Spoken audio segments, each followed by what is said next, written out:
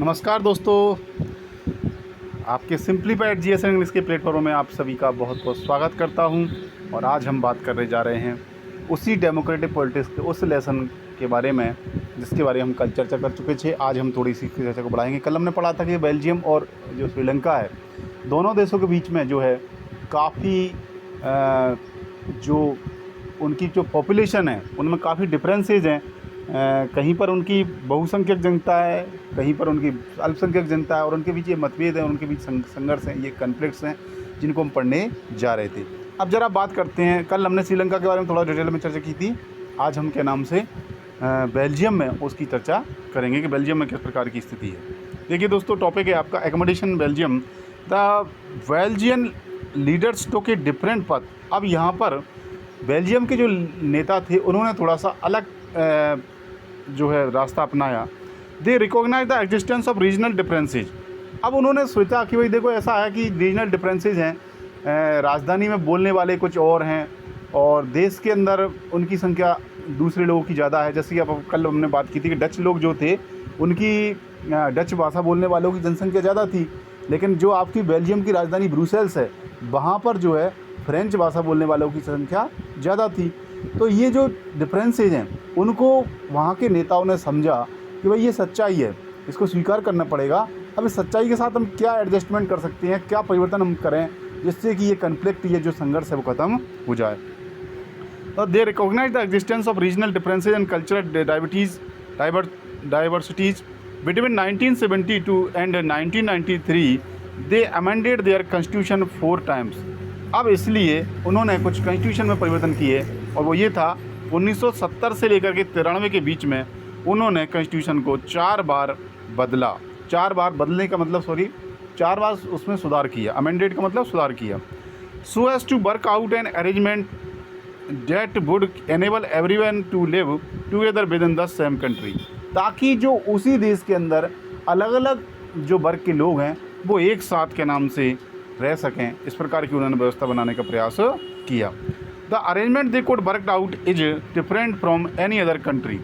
और जो व्यवस्था उन्होंने की वो दूसरे अन्य देशों से बिल्कुल अलग है। एंड इज़ वेरी इनोवेटिव, और निश्चित रूप से एक बहुत ही इनोवेटिव यानी एक नया, एक परिवर्तनकारी आइडिया उनका है, अलग हटके आइडिया है। Here are some of the elements of the Belgium model. अब हम बेल्जियम में किस प्रकार का मॉडल अपनाया गया उसके कुछ एलिमेंट्स को हम पढ़ने जा रहे हैं।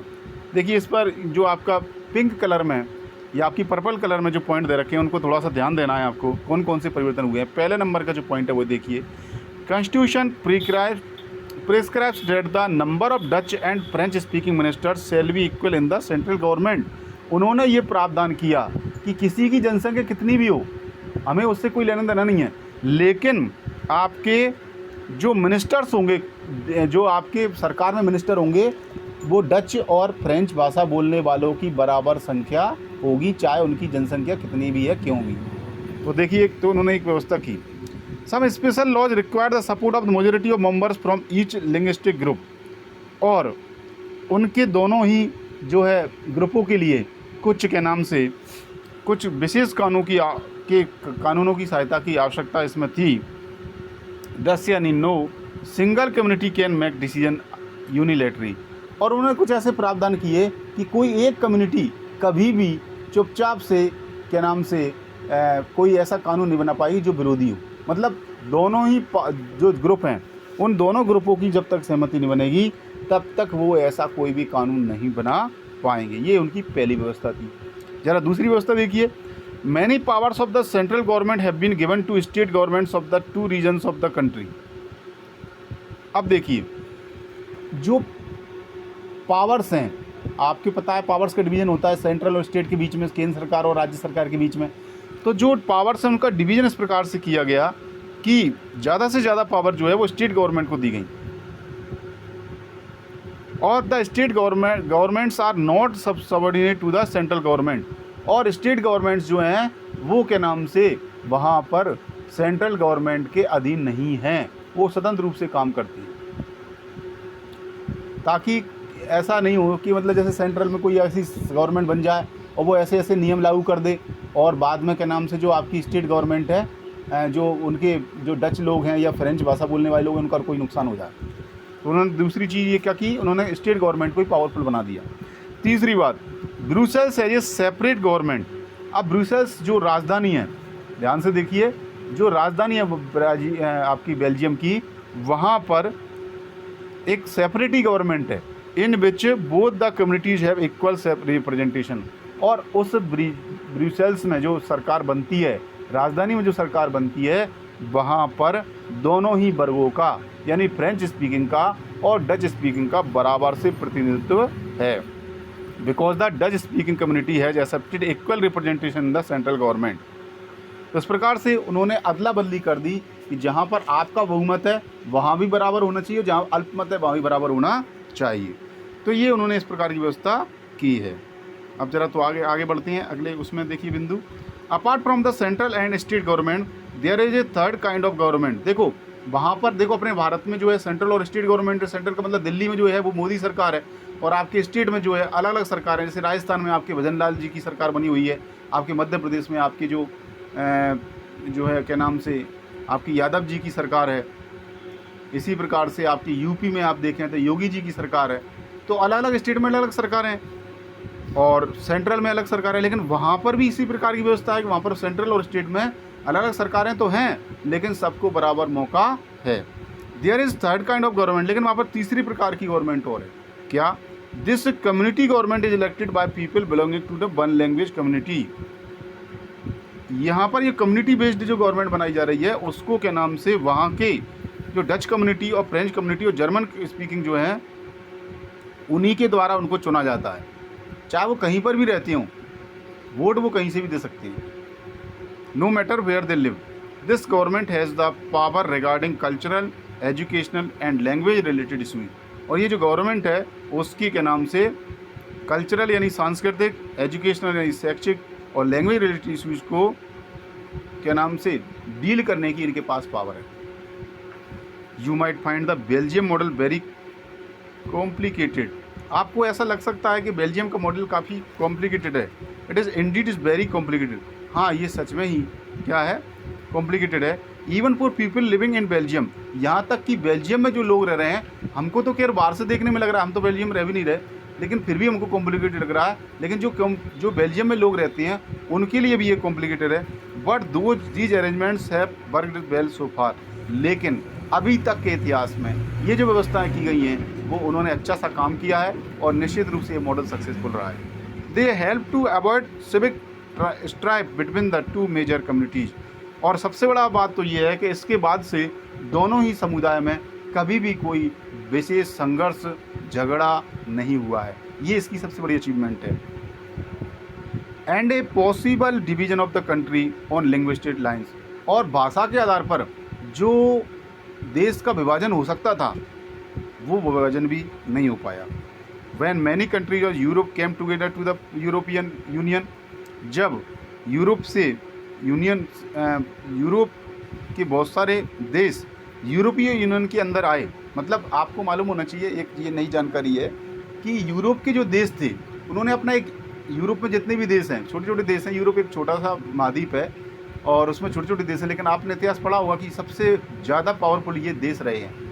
आपको अगर मैप में देखोगे, वर्ल्ड के मैप में देखोगे, तो ये आपकी जो जर्मनी है, इटली है, फ्रांस है, इंग्लैंड है, और भी आपके देश हैं जो देखने में छोटे छोटे लग सकते हैं, लेकिन ये बड़े पावरफुल रहे और इनका बड़ा इतिहास रहा है।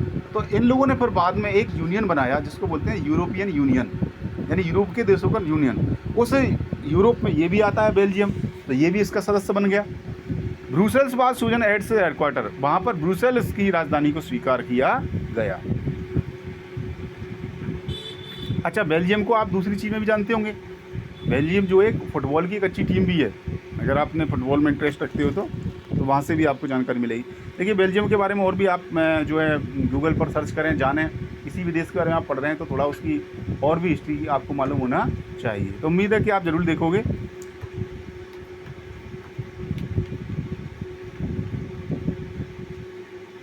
यहाँ पर आपको एक एक्टिविटी दी गई है, read any newspaper for 1 week and make clippings of news related to ongoing conflicts और बार्स। देखिए, यहाँ पर एक आपको एक वर्क दिया गया है और ये काफ़ी अच्छा उपयोगी हो सकता है आपके लिए कि आप न्यूज़पेपर, एक सप्ताह के लिए न्यूज़पेपर को जो है किसी भी न्यूज़पेपर को ले लीजिए आप, और उसकी क्लिपिंग बनाकर न्यूज़ जो है आपको जो कि कन्फ्लिक्ट या बार से रिलेटेड जो है उसकी आपको एक क्लिपिंग तैयार करनी है। एक group of 5 students could pool their clippings together and do the following, और 5 बच्चों का जो ग्रुप है वो इसके प्रकार की क्लिपिंग कर सकता है। Classify these conflicts bye their location. अब आपको जो कन्फ्लिक्ट चल रही है उसको लोकेशन के आधार पे आपको बांटना है कि ये घटना इस लोकेशन की है, ये घटना इस लोकेशन की है। Find out the cause of each of these conflicts. फिर आपको उनके कारण ढूंढना है कि जो कन्फ्लिक्ट हो रही हैं, जो संघर्ष हो रहा है, वो संघर्ष क्यों हो रहा है, उसके रीजंस क्या हैं। How many of these are related to power sharing dispute, और कहाँ पर जो है पावर शेयरिंग में डिस्प्यूट हो रहे हैं। पावर शेयरिंग का मतलब समझ रहे हो, ये पार्ट का नाम भी पावर शेयरिंग है, मतलब लोग शक्ति के लिए लड़ रहे हैं कि पावर हमारे हाथ में रहे। Which of these conflicts could be resolve by working out power sharing arrangement, और जिस प्रकार की व्यवस्था भी आपने पढ़ा, बेल्जियम में पढ़ा, तो इस प्रकार की व्यवस्था कौन कौन सी जगह पर अप्लाई हो सकती है ये भी आपको सोचना है। तो ये आपका एक टास्क है जो आपको करना है। चलो आगे बढ़ते हैं। What do we learn from these 2 stories of Belgium and Sri Lanka.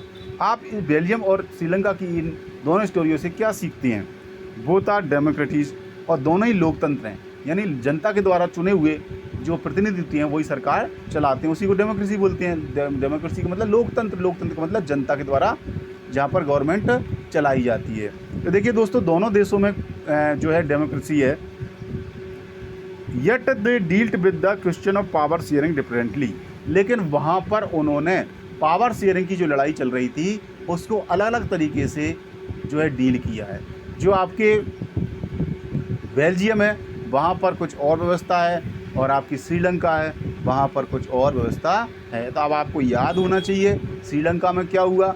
Sri Lanka में सिंगल लोगों का जो बहुत ज़्यादा जो है उनकी संख्या ज़्यादा थी, तो उन्होंने पावर में वो बने रहे, लेकिन धीरे धीरे जो आपके तमिल लोग थे जिनकी संख्या कम थी, उन्होंने अलग स्टेट बनाने की मांग की,